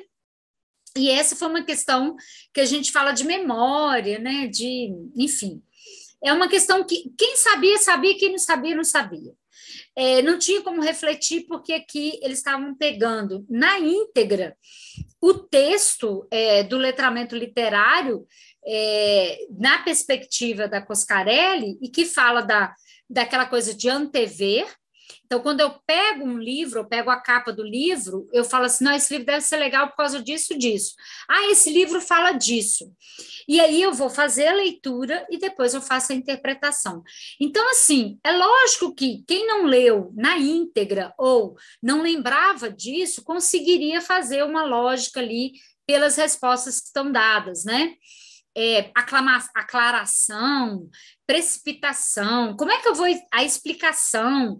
Então, assim, precipitar, né? Não tem muito a ver. Aclaração, que palavra é essa, né? Explicar, como é que eu vou explicar algo que eu não li ainda, né? Para depois ter exposição, tradução. Então, dava para fazer uma análise das respostas e encontrar a resposta D, apesar de ter sido uma questão muito da memória, de quem leu, assim, muito centrado nos interesses. Então, era uma questão dedutiva, dava para fazer essa dedução, portanto, a letra D, a antecipação, depois a leitura, que é chamada de decifração, e a interpretação. Aí vamos para 22, que ela também eu vou tentar colocar ela mais concentrada, assim, no todo, para a gente enxergar ela como um todo. A 22, ela é uma questão que tinha que fazer associação, né? Aí a gente pensa, sequência básica, sequência expandida, e aí, que negócio é esse? Onde que está isso? E muita gente questionou isso, o que é sequência básica, o que é sequência expandida, na perspectiva de uma sequenciação de leitura. Também, aí a gente volta lá nos textos da Roxane Roche, nos textos da Coscarelli, que vai falar disso, de uma atenção básica, de uma atenção que eu demando um pouco mais de contextualização, que ela chama de expandida. E aí a gente tem como opções, né, marcações que vão repetir, porque eu tenho 4 opções e duas... mentira, eu tenho 2 opções e 4 marcações, né? Então, na perspectiva básica, é aquela que eu faço um movimento básico, um movimento que não é de contexto, um movimento de interpretação. A expandida é quando eu demando uma interpretação maior, quando eu demando enxergar mais elementos que estão ali envolvidos. Então, quando eu falo motivação e introdução, a própria palavra motivar é fazer o aluno ler, é fazer o aluno pensar, se ele quer desejar aquela leitura. Então, é um movimento muito básico, de uma sequência muito básica. Eu mostro a capa do livro, eu faço toda a explanação, né? E eu introduzo. O que eu introduzo? Eu falo do autor, eu falo da perspectiva do livro, eu falo da publicação, eu falo de uma série de elementos que vão fazer o aluno desejar ler, conhecer aquela literatura. Então, é número 1, né? Aí tem leitura e interpretação. A leitura e interpretação, ela também está na ideia de um básico, que está ali posto para mim, que é a ideia de algo que eu estou na mediação, estou fazendo a leitura, mas é alguma coisa que eu demando do livro só, eu não preciso pensar para além. Eu vou fazer uma leitura da escrita, então é muito básico. Então, também leitura e interpretação é chamada sequência básica, porque você está ali no livro. Agora, a contextualização e a expansão e experiência reveladora, que é algo que eu preciso de ir além da leitura que está escrita, eu preciso fazer uma leitura contextualizada, eu preciso avançar, aí é 2. Então, é a letra B, porque é 1, 2, 2. Quem não sabia disso poderia jogar com a ideia da última, que é expansão e experiência, então a própria palavra expansão dá a ideia de expandida, e aí anularia a questão A e B e D, e ficaria com a B e a C, e poderia fazer esse movimento de erro-acerto, né? Uma análise um pouco melhor. Mas, de novo, é uma questão que não demanda reflexão, demandava apenas um conhecimento mais técnico ali dos livros, né? Aí nós vamos agora para a questão 23. Para eu não me perder aqui, eu anotei, questão 23. A questão 23, a gente também apontou algumas questões em relação a ela, porque ela ficou um pouco a desejar nessa perspectiva, né? Mas ela também não apresenta erros, assim, conceituais, ela apresenta um probleminha em relação eu quero ver a escrita como um todo aqui, a gente tem que ficar assim, né? Então, é uma questão de certo e errado, né, de análise em relação à alfabetização, e aí a questão dizia, a alfabetização não é a aprendizagem de um código, mas a aprendizagem de um sistema de representação. Corretíssimo, menor dúvida, certo, número 1, certo. O conceito de elaboração é definido amplamente como a aprendizagem de um sistema de representação que se traduz em um sistema de notação. Também está certo. Então, é qualquer representação? Não. Ele traz uma notação, ele traz regras, ele traz uma forma de articulação que é própria da nossa língua. Então, a 2 também está correta. Alfaletrar parte da leitura de elementos gráficos até chegar à leitura da totalidade das palavras. Então, alfaletrar é o nome de um livro da Magda Soares. E aí, quando a gente fala assim, alfaletrar não é um termo, uma habilidade. E aí ficou parecendo habilidade, então realmente está errada a estrutura da informação. Né? Ela parte da leitura de elementos gráficos, o que são elementos gráficos, enfim. Então, a 3 está errada. A natureza complexa do processo de alfabetização tem facetas psicológicas, psicolinguísticas, sociolinguísticas e linguísticas. A psicológica e a psicolinguística dialogam, né? Não precisava ter essas duas desmembradas, mas está corretíssimo, né? O texto da Magda Soares fala das facetas, o tempo todo ela fala, né? Que a gente precisa entender que eu preciso trabalhar na perspectiva psicológica, sociológica e linguística. Quando eu for alfabetizar, eu tenho que cuidar. Então, a letra C, apesar de ter uma escrita, né, coisa, mas ela não tem problema, a 23 não tem problema nessa perspectiva. A próxima, então, é a 24, que também não aparece nenhum problema, questão básica até, é fácil da gente perceber, ela é muito parecida com aquela, né, na ideia de expansão, que eu começo e vou expandindo. Então, ela diz assim, os professores que atuam no ensino fundamental precisam ter conhecimento a respeito das múltiplas facetas que envolve o processo de alfabetização e letramento. É necessário buscar estratégias em rede pelos próprios docentes como possibilidade de direcionar ou melhorar o ciclo de alfabetização. Uma das propostas desse processo é, então, dentro deste processo de construir possibilidades de direcionamento, melhorar o ciclo de alfabetização, o que a gente precisa estar atenta? Essa é a pergunta que foi feita, né? O que eu preciso estar atenta no processo? E aí a pergunta é, para que foi colocar essa coisa da faceta, né? Se a questão não envolvia as facetas, mas envolvia o percurso, podia ter falado de percurso, podia ter falado de experiência de leitura, de práticas de letramento. Então, tinha uma outra forma melhor de organizar a ideia. E aí, então, ficou assim, uma das propostas desse processo é continuidade, integrar, sistematizar e acompanhar. Então, tudo que eu faço tem que ter continuidade, tem que ter uma integração, eu tenho que ter uma sistematização. Então, eu vou dar uma atividade lúdica, eu tenho que sistematizar. Eu vou escrever um texto, eu vou falar um texto, eu tenho que sistematizar. E eu preciso acompanhar, que é o processo de alfabetização. Então, a letra A, ela está correta. Vamos ver as outras. Reflexão. Sim, eu acho que tem que ter um momento de refletir. A representação de quê? Estímulo, não. Então, o que cancela a letra B é a ideia do estímulo. É muito diferente estímulo de motivação.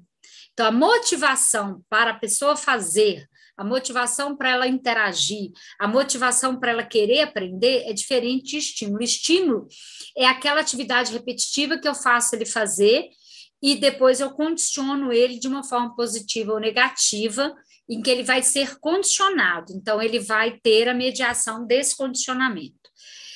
Habilidade, competência, codificação e decodificação, não, porque habilidade e competência é o que eu desejo formar. Codificação e decodificação é uma coisa que é um termo não adequado nos dias atuais, é porque a gente identifica como uma perspectiva, e principalmente pela Magda, Emília Ferreira, Arthur Gomes de Moraes, que a gente não codifica as palavras, né? A gente representa usando letras. E aí, quando eu sei como é que isso funciona, eu vou ser alfabetizado, né? Interpretação, compreensão, sistematização e acompanhamento. Então, a interpretação é uma habilidade, a compreensão é uma habilidade e não é uma proposta de processo.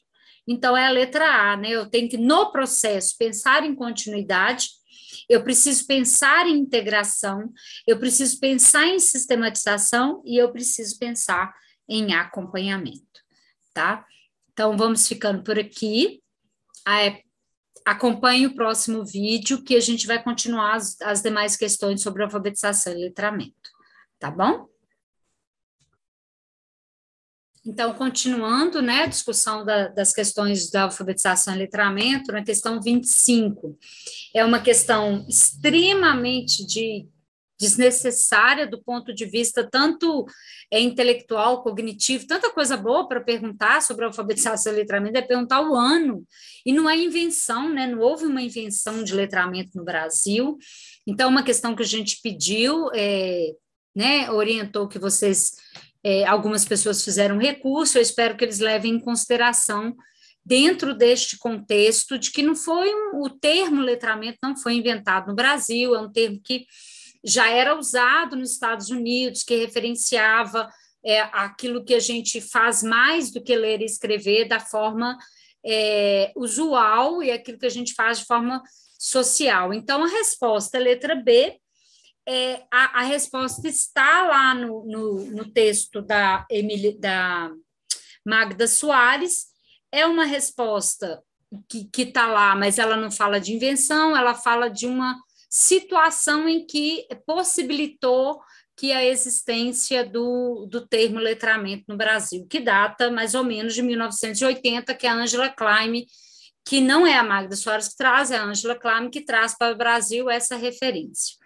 A questão 26, uma questão fácil, muito fácil até, tranquila, quase óbvia na perspectiva conceitual, que era, eu tenho elementos de alfabetização e letramento, e aí eu vou fazer a associação numérica ali, né, entre o que é a alfabetização e o que é o letramento. Então, uma questão que não teve dúvida em relação a isso. Então, lá, momento em que o sujeito domina o código e desenvolve habilidade para utilizar. De novo, a palavra código, né, aparecendo. Na verdade, correta, o sujeito compreende como é que funciona o sistema de escrita, mas aqui a gente entende o momento em que ele domina e passa a dominar essa questão do movimento da habilidade para usá-lo, né? Então, a partir do momento que ele aprende a ler e escrever e passa a usar. Então, isso não é só alfabetização, isso é o letramento, isso ultrapassa a perspectiva apenas do sistema e de funcionamento do sistema. Domínio do conjunto de técnicas que capacita o indivíduo a exercitar a escrita. Então, o domínio dessas técnicas, a alfabetização é um processo de técnicas que envolve todo esse sistema de representação.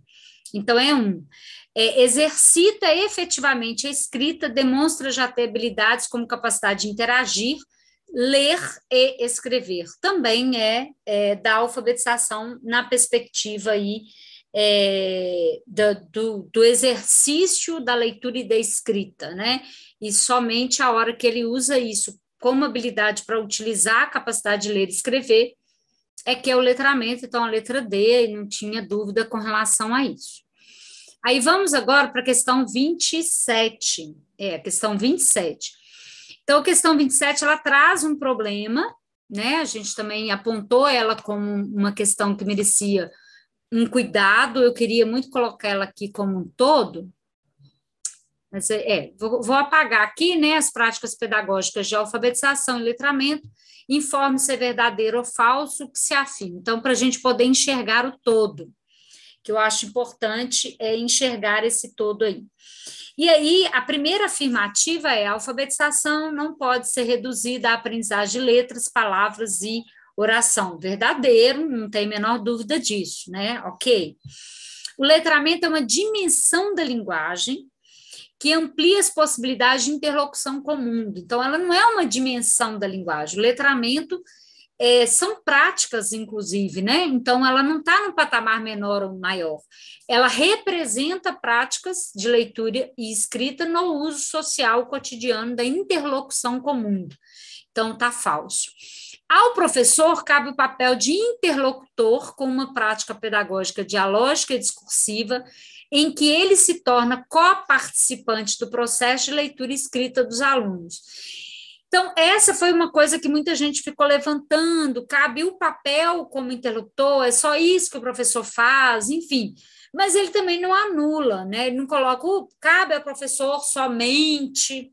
Então, como não tem o somente, ou como tem prioritariamente nem nada, ele coloca essa questão, mas isso dá margem para outras ações. Então, está verdadeira do ponto de vista pedagógico, entendendo que não é só esse o papel do professor. A prática pedagógica deve ser significativa e interdiscursiva. O que significa isso? Na questão da diversidade de gêneros, né?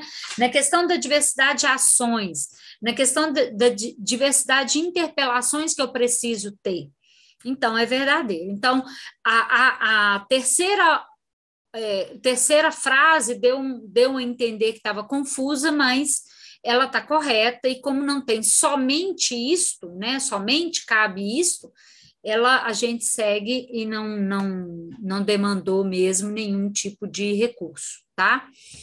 A 28ª é uma questão também que na nossa perspectiva, não apresentava uma questão coerente com o enunciado, né? Então, a gente vai ler o enunciado de uma criança e depois a gente vai ver aquilo de uma outra forma, então, apresentava uma certa confusão aí em relação a esse enunciado, tá? Então, vamos lá na questão 28ª. Uma professora de escola municipal trabalha com crianças de 6 a 7. Todos os dias, a docente inicia a rotina da turma com a produção de cabeçalho, gasta em média 30 minutos para realizar essa ação. Posteriormente, ela realiza a contagem coletiva dos alunos. Primeiro as meninas, depois os meninos. E, por fim, realiza a soma para determinar o total. A partir desse relato, e mediante a prática pedagógica docente, é correto afirmar que essa turma, em sua maioria, ainda se encontra no processo. Não é possível a gente afirmar nada, né? O que ela está falando aqui é de uma prática muito particular. Mas se a gente pega as respostas, né? Se a gente pegar as respostas, aí eu tenho lá, domínio notacional numérico, então não tem nada específico isso, a apropriação dos signos alfabéticos, desenvolvimento da capacidade de comunicação, construção da significação geral ortográfica. Eu elimino a C, a A e a C e a D, porque não é... Agora, o enunciado, ele não traz informações suficientes para que eu possa dialogar com categorias muito específicas desse saber. Portanto, ficou muito fraco o enunciado, acontece como nas outras questões, é um enunciado que era para produzir reflexão, falta informação, falta subsídio, falta entendimento nessa perspectiva. Tá? Então, é uma questão que provavelmente muita gente deve ter entrado com recurso, mas eu acho que eles vão alegar que, dentro dessa perspectiva de trabalhar com cabeçalho, de trabalhar com a questão de meninos e meninas, provavelmente com nome, mas não fala disso, né? Com essa conta, então está muito mal elaborada essa questão, no sentido de estar faltando algo, né?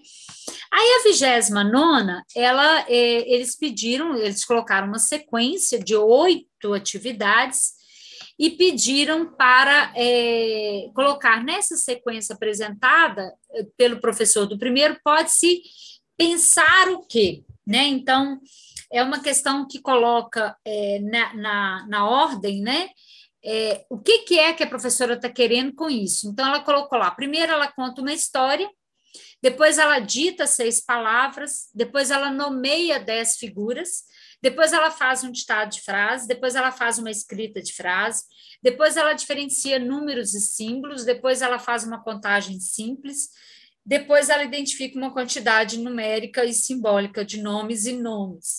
Então, a gente vai pensar nas opções, é uma sequência também muito pontual, né, de cada coisa que ela faz, mas que nada tem relação com nada, mas enfim. Quando a gente fala isso, olha, ela realiza um diagnóstico de leitura escrita, aparentemente sim, que ela faz uma leitura, depois ela pede para nomear, depois ela pede para identificar, então tem vários elementos ali que aponta para a gente de um diagnóstico, de coisas que ela quer saber, tem muito nomear, identificar, escrever, então aponta muito para esse diagnóstico. Determinar que tipo de atividade pode aplicar em sua turma? Não, isso é muito vazio. Locomover o aluno ao mundo letrado, né? Ficou horroroso essa questão aí, essa alternativa, locomover, né? Tem nada a ver, eu não locomovo ninguém para o mundo letrado. Conseguir esforço e atenção por parte dos alunos, questão, né, muito estranha, então a letra A seria uma resposta mais possível dentro daquela ordenação de ações ali que foi dada pela professora. E é uma ordenação que, se a gente for olhar, bom, na primeira parte ela conta a história, depois ela faz ditado, aí ela pede para nomear, depois ela escreve uma frase.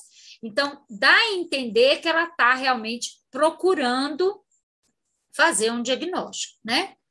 A 30ª questão é uma questão que também levantou uma série de polêmicas, porque parece que tem 2 respostas, né?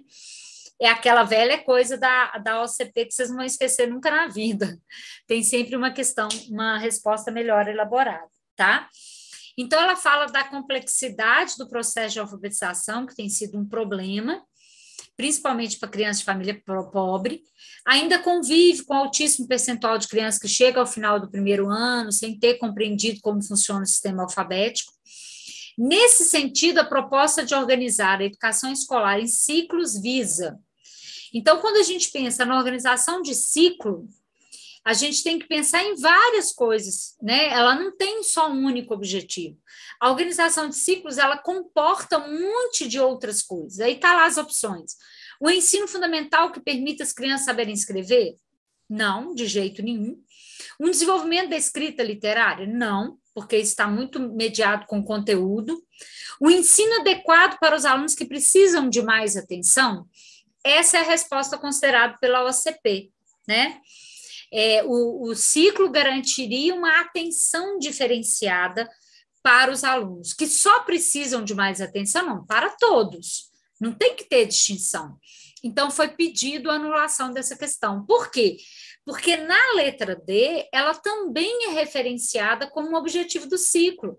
Permitir uma flexibilidade na prática docente, portanto, uma autonomia de ação, de conjunto, de organização das crianças em grupos, em agrupamentos diferentes, considerando a diversidade. Então, a letra D, ela está correta, mas aí, no ponto de vista do ciclo, a letra C seria mais correta. Mas não é só para os alunos que precisam de mais atenção. O ciclo foi pensado para todos, para garantir a aprendizagem de todos, e não de alguns. Portanto, é uma questão que a OCP diz que a letra C que é a resposta, mas muita gente entrou com recurso e estamos esperando, aguardando a resposta aí da OCP, porque realmente não é que precisam de mais atenção, né? Eles precisam de uma atenção para todos. Aí a 31ª é uma questão, uma das poucas que foi bem elaborada. Então, tinha uma atividade que muito processual, e dele completar, né, da criança, da pessoa completar ali com a sílaba, e aí tá, a partir de seus conhecimentos enquanto professor do ciclo de alfabetização, é correto afirmar que essa atividade aplicada numa turma de primeiro ano é estrita com a finalidade de controlar a correspondência songrafia? Não é estrita com a finalidade de songrafia, porque trabalha com sílaba, trabalha com choro, com a visão de choro, com a visão do tapa, né? Então, ela trabalha muito mais com a questão da consciência silábica do que com a ideia de songrafia. O que seria uma correspondência songrafia? Com qual letra começa as palavras, as imagens? As imagens, o nome das imagens a seguir começa com qual letra? Qual letra inicial que falta? Qual letra final que falta? Então, eu faço uma associação direta entre fonemas e sons específicos dentro de uma palavra. Ampla para conseguir se trabalhar a relação grafema ampla, não, né? É uma atividade muito processual, inclusive, né? E não é ampla. Um método global seguindo a perspectiva socio-interacionista. Método global e perspectiva socio-interacionista tem um problema conceitual aí, né? De uma ordem de pensamento, né? A perspectiva socio-interacionista não trabalha com método global. E essa atividade não seria de método global, porque ela é muito mais silábica, né? Na perspectiva do método mais de um método mais sintético do que de global, porque global teria que ter texto, teria que ter articulação com frase, teria que ter outra coisa que não só o processamento ali da sílaba, tá? Limitada e pouco reflexiva, seguindo a perspectiva empirista. Então, ok, ela é limitada, é uma atividade pobre, inclusive, assim, essa é uma atividade que na prova, se eu fosse uma criança, eu não saberia que palavra é essa. Para poder, e a gente que sabe que está escrito tapa, a gente entenderia, mas uma criança não entenderia esse movimento do desenho. Né? Esse bebê chorando, a criança diria, ele está chorando, né? Ele não pensaria em outra palavra que não seja o choro. Então, está horrível a imagem, está desconexa, então, realmente limitada, pobre de sentido, e que bem seguindo uma empirista, ou seja, só completar ali dentro de uma lógica de completar, tá? Então, nessa perspectiva. Enfim, essas foram as questões de alfabetização e letramento. Infelizmente, tive que fazer com vídeo dividido aí, porque foram muitas questões, então é uma prova que intensificou muito a ideia da alfabetização e letramento, deixando claro para a gente que BH quer professor que saiba ensinar a ler e escrever e dentro da prática de letramento, ou seja, não é de qualquer forma, é dentro da prática de letramento, tá? Ficamos por aqui. Um grande abraço para vocês, desejo muito sucesso e espero que todas as questões que a gente tenha encaminhado algum tipo de recurso, a gente tenha uma resposta mais clara, mais conceitual, e que as questões que não fazem sentido nenhum dentro de uma prova de concurso sejam realmente anuladas e que, para isso, seja justo com todo mundo, né? Questões que merecem ser anuladas para que tenha justiça para todo mundo. Tá? Um grande abraço, até mais. E muito obrigado por tudo. Olá, pessoal. Bem-vindos a esse vídeo. Eu sou a professora Adriana Piva. Vou comentar 3 questões da prova da Prefeitura de Belo Horizonte, né, realizada nesse ano, nesse finalzinho aí de fevereiro de 2022, da prova para professor de primeiro e segundo ciclos, certo? Então, eu vou trabalhar com vocês hoje as questões 33, 39 e 40. Vamos lá? Vou compartilhar aqui a tela para a gente ir fazendo a leitura das questões. Então, questão 33. A escola é uma instituição social que tem por atividade fim formar cidadãos, cidadãs, preparadas para o mundo contemporâneo, certo? É importante lembrar que, em plena era digital, isso se torna um grande desafio para os educadores e educadoras. Logo, sabemos que o ambiente escolar não pode se esquivar dos avanços tecnológicos. Assim, um dos grandes desafios para as unidades escolares então, pensando aí os desafios da escola no que diz respeito aos avanços tecnológicos, certo? Então, vamos ler algumas alternativas e depois analisar as possibilidades de resposta. Afirmativa 1. Superar a exclusão e o analfabetismo digital. Só voltando aqui, qual que é o que a gente precisa buscar? Grandes desafios para as unidades escolares, certo? Então, vamos lá. Afirmativa 1, superar a exclusão e o analfabetismo digital. O que seria o analfabetismo digital, a exclusão digital? A não acesso, a exclusão, não acesso aos aparelhos, à internet, e o analfabetismo digital é justamente a não capacidade, ou a não habilidade no uso, desses mecanismos, ok? Desses dispositivos. A alfabetização digital, como muitos chamam, estaria justamente nesse processo de difundir os saberes relacionados ao uso, o uso social desses dispositivos, desses aparelhos, desses instrumentos digitais de comunicação e de informação, ok? Afirmativa 2, democratizar o acesso a aparelhos tecnológicos e à internet, Tá claro. Afirmativa 3, promover programas que sejam transmitidos via televisão. Afirmativa 4, generalizar a informática nas escolas menos favorecidas. Bom, considerando essas 4 afirmativas, esses 4 desafios citados, é correto afirmar que, alternativa A, o que está definido em 3 é igual ao que está definido em 4. Será? Promover programas que sejam transmitidos pela televisão é a mesma coisa que generalizar a informática nas escolas menos favorecidas? Não, de modo algum, São aspectos totalmente distintos, não são equivalentes em nenhuma medida, certo? Quando a gente está falando de generalizar a informática nas escolas, o acesso aos computadores, à internet, a aprendizagem do uso desses equipamentos, desses instrumentos, certo? Isso não tem nada a ver com a criação de programas e a difusão desses programas pela televisão, ok? Então, alternativa A, incorreta.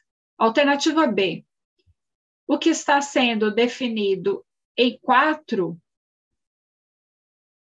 é completado pelo que está sendo definido em 1, ou seja, generalizar a informática nas escolas menos favorecidas complementado pelo desafio de superar a exclusão e o analfabetismo digital.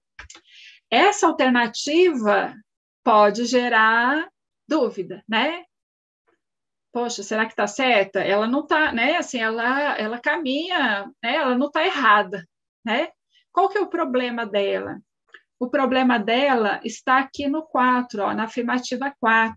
Generalizar a informática nas escolas menos favorecidas. Essa afirmativa é uma afirmativa muito restrita, ela restringe o desafio, né? O desafio das unidades escolares é, antes de tudo, generalizar a informática nas escolas, né? Inclusive nas menos favorecidas, e não somente nas menos favorecidas.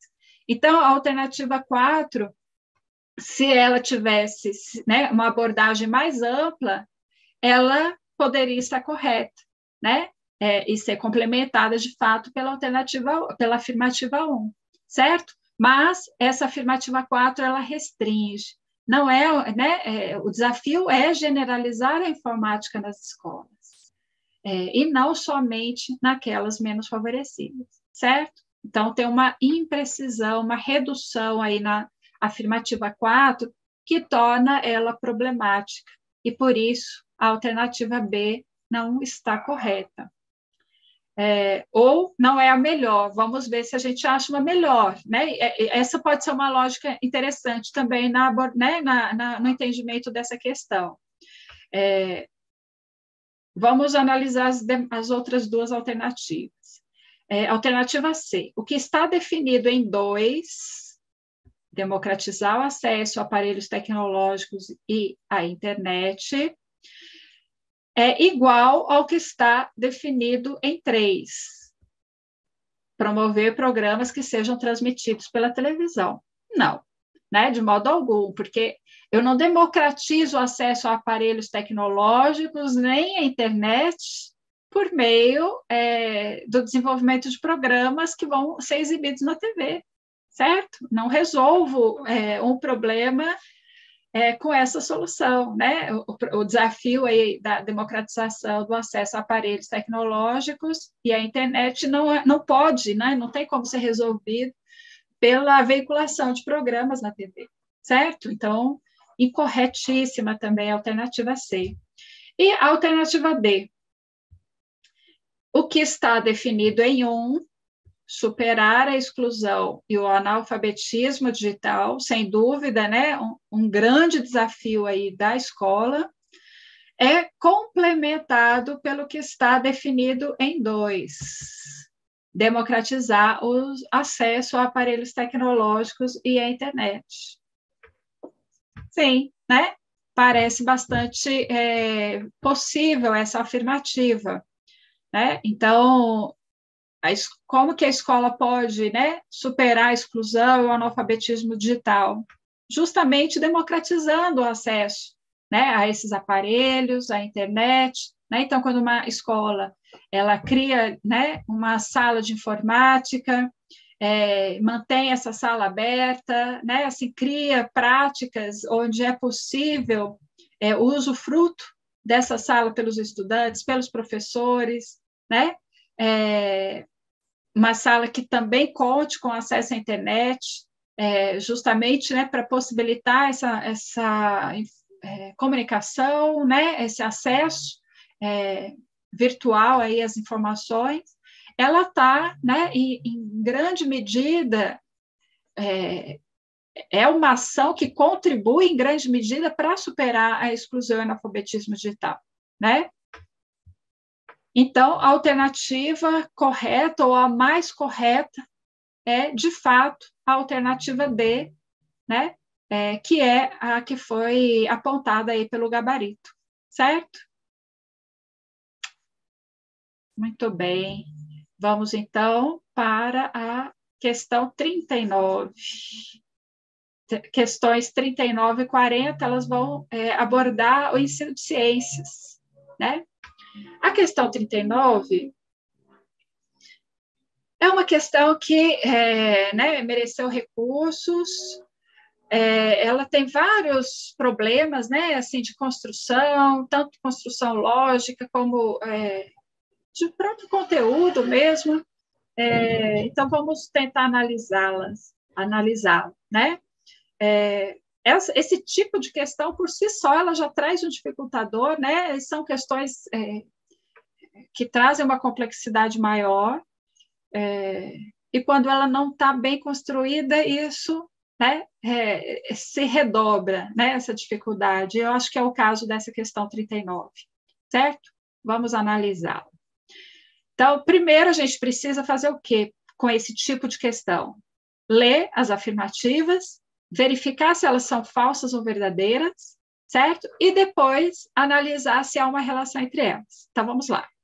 O ensino de ciências é um campo de conhecimento que designa um conjunto de atividades que busca oferecer uma visão científica do mundo real. Falso ou verdadeira? Verdadeira, né? Correta, afirmativa, redondinha, não temos que questionar. Por isso, né, o conectivo aí entre as duas frases foi o por isso, diferentemente do porquê, vou falar sobre isso daqui a pouquinho. E a segunda afirmativa é: a escola tem o dever social de ensinar a criança os conhecimentos científicos relativos a essa área. Correto, né? Um pouquinho feia a frase, né? Que área é essa área? Qual das ciências? A escola tem o dever social de ensinar a criança os conhecimentos científicos relativos a essa área, né? Enfim, conhecimento científico, a gente pode pensar ciências da natureza, ciências humanas, talvez, né, essa área aí esteja indicando a área das ciências, né? Enfim, ciências naturais.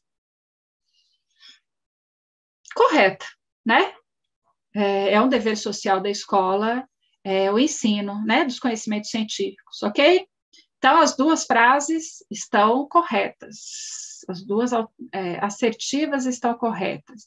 Então, com isso, a gente já pode eliminar a alternativa A e a alternativa B, ok? Agora, nos resta analisar a relação existente entre essas duas afirmativas, para que a gente possa decidir qual que é a alternativa correta, se a C, né, ou a A. A alternativa C vai dizer: as duas afirmativas são verdadeiras, como de fato são, e a segunda é uma justificativa correta da primeira. E a alternativa D vai dizer: as duas são verdadeiras, mas não estabelecem relação entre si. Vamos voltar, então, nas frases e ver, né, se há uma relação entre elas.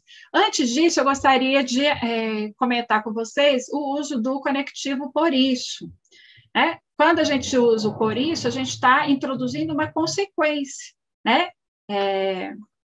Hoje choveu, por isso o trânsito piorou, né? Então, uma relação de causa e efeito. A causa seria a chuva, o efeito ou a consequência seria o aumento de trânsito, né? A piora do trânsito, ok? A alternativa C fala em justificativo, né? Que a segunda afirmativa justificaria a primeira. Pode até ser. Agora, o conectivo por isso, diferentemente do porquê, ele não introduz uma explicação, uma justificativa, né? Então, quando a gente diz o ensino de ciência é o porque a escola tem o dever social, né? Ou então, o trânsito piorou porque choveu, né? Então, o que eu estou dizendo? Que né, a chuva causou a piora do trânsito, né? Então, o conectivo porquê, ele introduz a causa, introduz a justificativa, certo? Então, esse é o primeiro problema dessa questão e de outras duas questões da prova para professores de primeiro e segundo ciclo, né? As três questões que têm essa estrutura usam o conectivo por isso. Isso gera uma falha lógica, né? Porque as respostas alternativas estão falando em justificativa, e o conectivo por isso está falando em consequência, certo? Isso gera dúvidas, isso gera uma ambiguidade, isso pode induzir, né, o candidato a erro. Então, acho que esse é um primeiro ponto aí problemático em outras duas questões que usam essa mesma estrutura aí na prova de primeiro e segundo ciclo, certo? Agora, vamos esquecer o por isso, né? E vamos pensar no que está sendo dito ali na alternativa C, que a segunda frase, né? A segunda afirmativa seria uma justificativa da primeira. Então, vamos lá. A escola tem o dever social de ensinar a criança os conhecimentos científicos relativos a essa área, né? Por isso, o ensino de, né? E o ensino de ciências é justamente o espaço, né? Onde vai se ensinar essa visão, né? Ou vai se criar atividades práticas que vão justamente oferecer essa visão científica do mundo real. Então, nesse sentido, a segunda afirmativa, ela justifica a existência do ensino de ciências, certo? Porque é pelo ensino de ciências que o conhecimento científico vai ser difundido, né? Então, a alternativa, né, o gabarito indicado para essa prova é a alternativa C, e quando a gente analisa dessa forma, a gente diz, ok, sim, né? A necessidade, né, o dever social da escola em ensinar ciências, né, ensinar o conhecimento científico, de fato justifica, né, a existência do ensino de ciências. Agora, a primeira frase, ela não está falando da importância do ensino de ciências, mas está falando o que é o ensino de ciências, né? Então, é uma conexão que a gente consegue perceber, consegue compreender, mas mal feita, certo? Mas, né? Então, assim, ok, é possível a gente aceitar a alternativa C como correta, se a gente esqueceu por isso, né? E se a gente não analisar aí a frase, né, na sua minúcia, né? A conexão entre uma frase e outra na sua minúcia, certo? E a alternativa D, né, é que não haveria uma relação entre as duas frases, né? Acredito que muitos candidatos optaram por essa alternativa D justamente por não conseguir compreender essa associação direta entre as duas frases, né? Por haver aí uma associação um pouco vaga, né? Entre as duas frases, então acredito que muitos candidatos têm optado pela alternativa D. Agora, vamos aguardar, né, o recurso para ver como que a OCP vai lidar, né, com isso, mas não sei se vai ser muito possível, justamente porque né, em alguma medida a gente consegue enxergar, né, a alternativa, a correção, né, a veracidade da alternativa C. Se a gente se esforçar, a gente consegue ver, né, a veracidade da alternativa C. Embora, do ponto de vista lógico, né, da construção estrutural das frases, ela não seja precisa, ok? E, por fim, a questão 40, também sobre ensino de ciências, e também uma questão aí que pode ter trazido bastante dúvida, né, na hora da resposta. vamos analisá-la. A importância do papel docente no ensino de ciências é uma maneira de evitar a disseminação de uma visão distorcida da importância da ciência para a vida dos cidadãos. A primeira coisa é, né, assim, uma frase também muito mal construída, né, uma frase também muito mal feita. A importância do papel docente é uma maneira. Como assim, né? E depois repete importância da ciência para a vida dos cidadãos, enfim, uma frase bastante mal construída, confusa, né?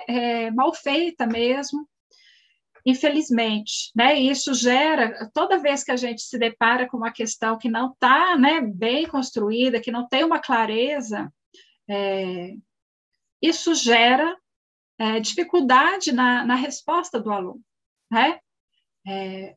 Pode gerar confusão, pode gerar ambiguidade, né? Pode gerar má compreensão, né? Do que está sendo pedido, do que está sendo introduzido ali naquela questão. Isso é problemático, isso realmente nos deixa chateados, né? Enfim, então vamos ver o que se pede e as alternativas que temos, certo?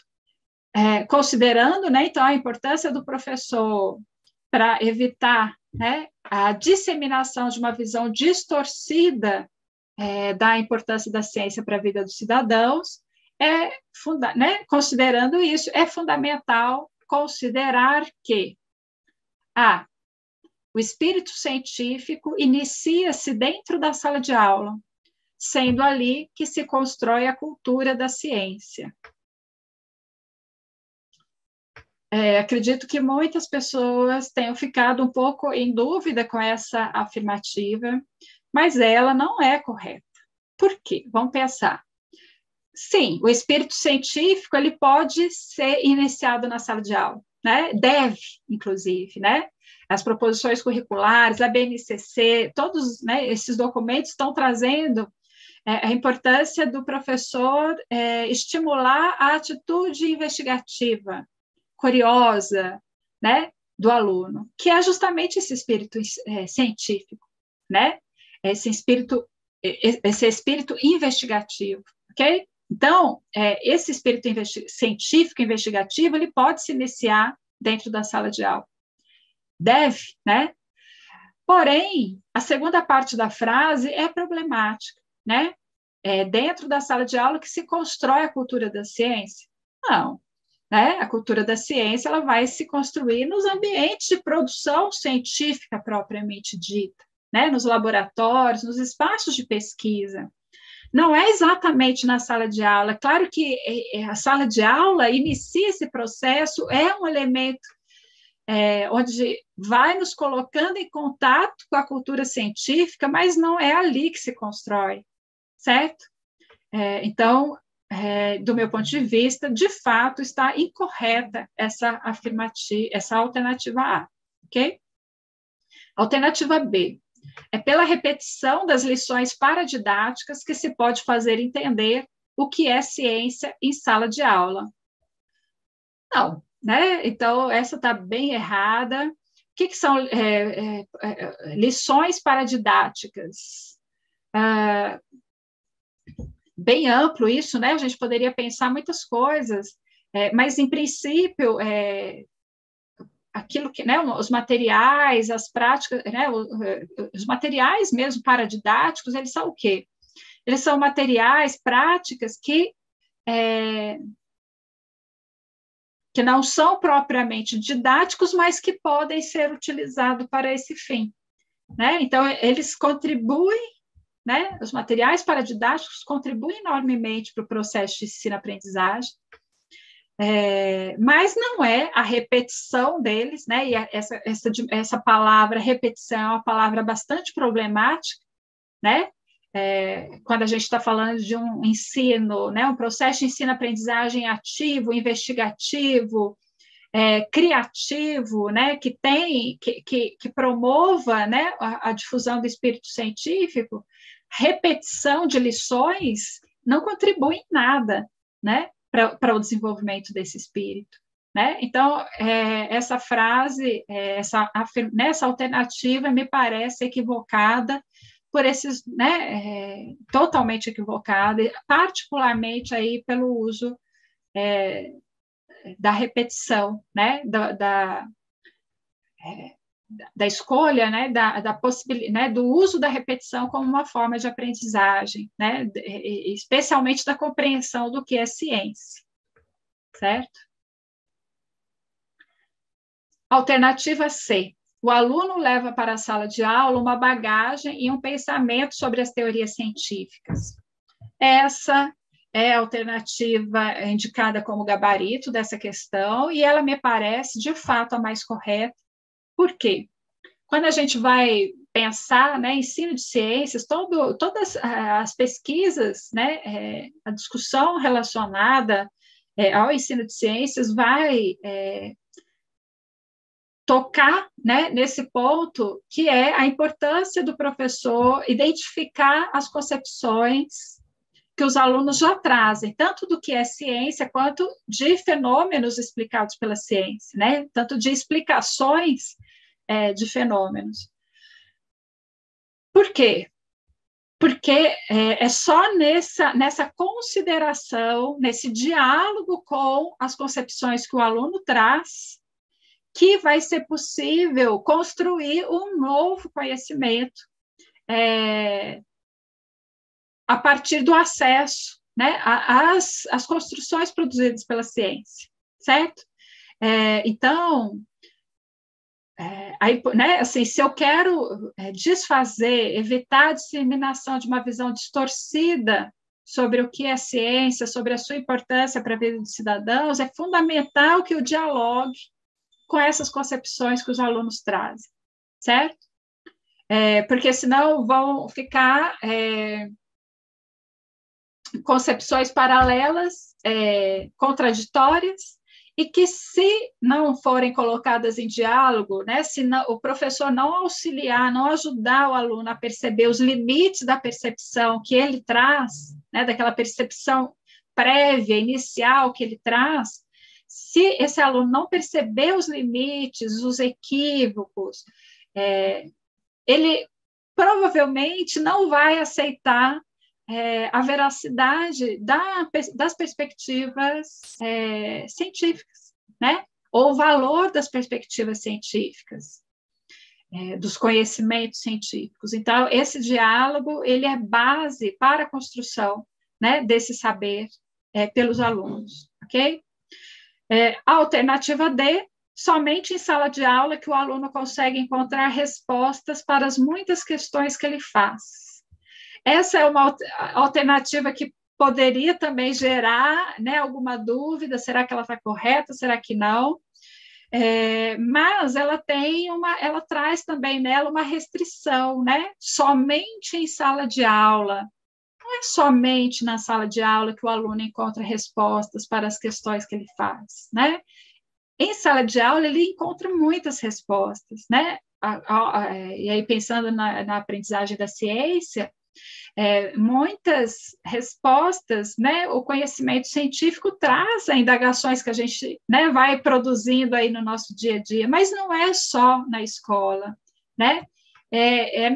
Os saberes de experiência também vão dando respostas a esse aluno, né? E é justamente nesse diálogo, é justamente por causa disso, né, que muitas vezes esse aluno encontra respostas em filmes, em vídeos, na observação do dia a dia, na observação dos fenômenos naturais, em conhecimentos tradicionais repassados pela religião, né, conhecimento de senso comum, é justamente porque ele acessa essas outras formas, né, de explicação do mundo, que é preciso haver esse diálogo com essas outras formas, né, de explicação do mundo. Um diálogo da ciência, né, mediado aí pelo professor, com essas outras formas de conhecimento, justamente para que elas sejam problematizadas, revistas, certo? Então, a alternativa D, ela me parece incorreta, porque ela restringe, né? Como se fosse somente na sala de aula que a gente encontra respostas. Não é verdade, né? E é justamente por não ser verdade que a gente precisa estabelecer esse diálogo, né? Com os conhecimentos prévios que os alunos trazem. Certo? Então, a alternativa correta da questão 40 é a alternativa C, ok? Tal qual é indicada no gabarito. Bom, então é isso, pessoal. As 3 questões que eu gostaria de comentar com vocês sobre a prova para professores de primeiro e segundo ciclos. Um abraço, até a próxima.